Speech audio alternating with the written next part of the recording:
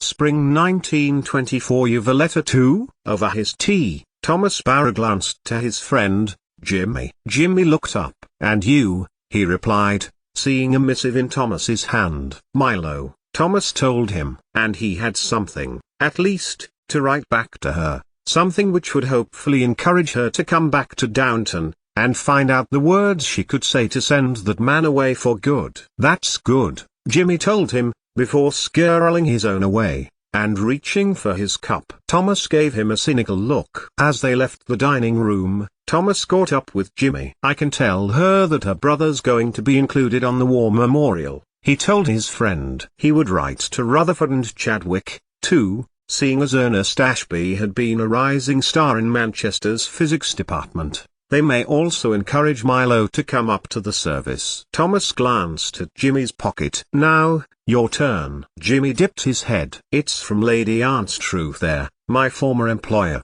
he told Thomas. She wants to visit. Jimmy glanced away, then walked off to the boot room, Thomas in his wake. I sent her Valentine's cards, he admitted, taking up the polish and cloth. So I signed them, he added, looking glum. And now she's pursuing you, Thomas thought. At least it was someone different to him. Thomas's heart still skipped a beat when he saw Jimmy unexpectedly. Maybe he would always have feelings for the man, but at least he knew now that his friendship was more valuable than any romantic pursuit. And Milo's well, is she? Jimmy asked, changing the subject. It was good to see her in the summer. Will she be coming up for the memorial? Thomas inhaled. It had gone on too long now, the revenge he and Prue had planned. The Irishman, with feet now itching to return to his beloved Free State, might be gone any day, and gone would be any chance of Milo damning Branson to hell. Thomas might just have to think of another strategy to pay him out,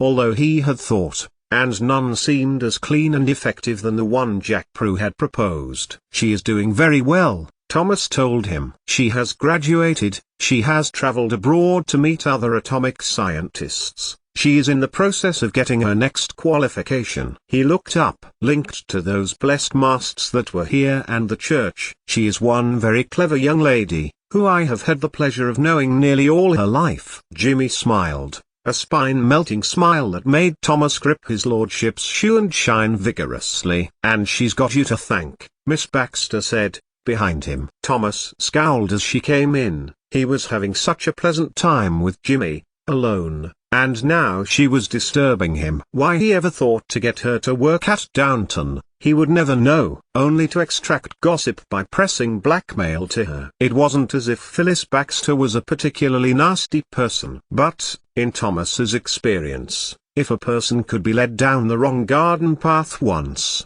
they knew the route and could follow it quicker and easier next time. 88,888,888. But it was the potential loss of money from the Marconi patent that Thomas went to see his solicitor cousin, Freddie Bonner, about at the weekend, prompted by a telegram, no less. A quick glimpse from the station and he saw that Tom Branson was in the company of Miss Bunting again, making for the Grantham Arms, and he made a mental note, in case he needed the information in the future. What else did he need to know? Not much was going on at Downton that needed to be looked into, though Miss Baxter was the one for that.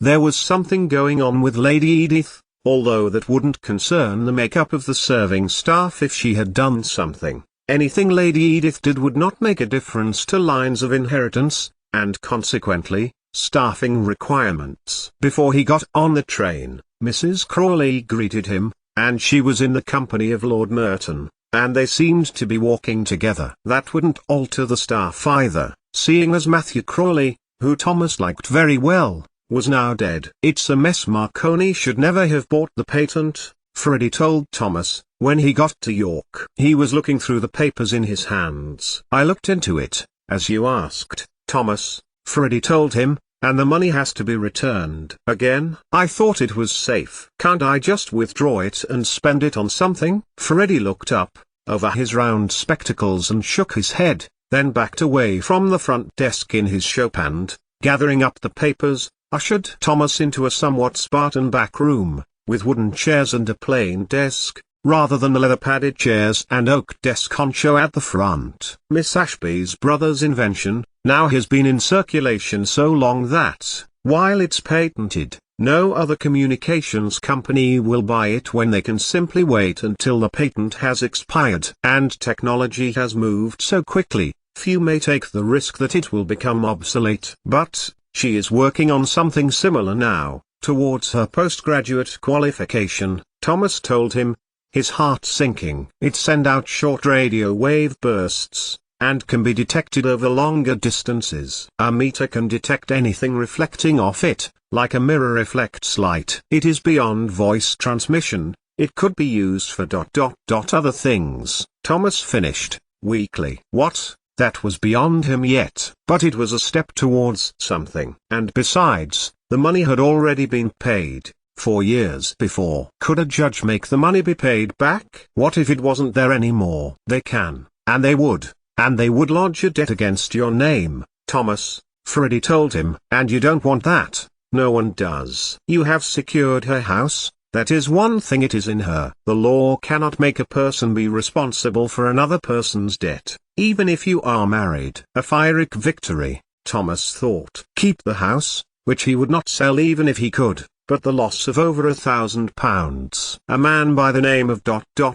Nikola Tesla ... has lodged the complaint, he told Thomas. Claims his patent supersedes that of Milo's, on behalf of her brother. The Marconi Company do not want another scandal after having just got over the last one, and aren't prepared to fight it over what they consider a tiny matter, and unless you have money to back up a fight in court, which you have not. Thomas echoed his cousin's words with a shake of the head. So Thomas returned to Downton in a bad mood, made worse with the feeling that any staff who were leaving were not being replaced. He was vulnerable, he knew, and without security, even more so. Which is when he decided to tell Lady Grantham about Phyllis Baxter, who gave him the not undeserved flea in his ear about bringing her to Downton in the first place, and also caused a ripple of resentment through the staff, who had sensed the tension between them, and the interventions of Molesley whenever he and Miss Baxter were together. There was one glimmer of hope, two, Thomas thought, as he headed for the bed that night.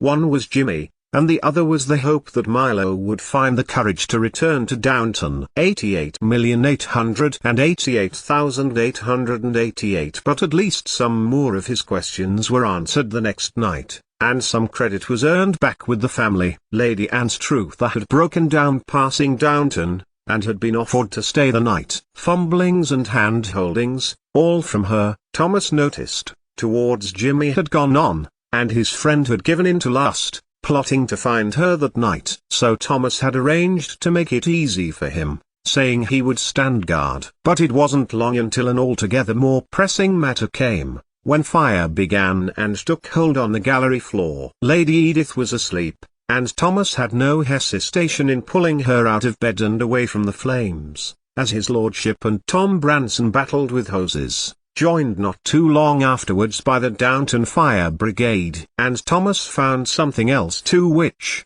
after reflection, his younger self might have acted on. When taking up Lady Edith, he spied a picture, one of a young child, no older than perhaps 2 years. It could only be her child. Edith had spent the summer 2 years ago away in Switzerland with her Aunt Rosamond, and a child had mysteriously appeared at Yew Tree Farm who Edith was taking a good deal of interest in. He watched, when Lady Edith had recovered her senses, as smoke, rather than flames, billowed out of the windows of the first floor, crossed to the tenant farmer, also fire chief, Tim Drew, saw how intimately they spoke. Not of lovers, but of two people who shared a secret. Thomas should know he had shared many secrets in his time, mainly with Sarah O'Brien, who had encouraged him to listen and to pry, to garner intelligence as a self-preservation mechanism, for the business of being a servant, she had taught him, were at the whim of the head of the household, which could change as easily as the weather. "We cannot thank you enough," Lord Grantham enthused,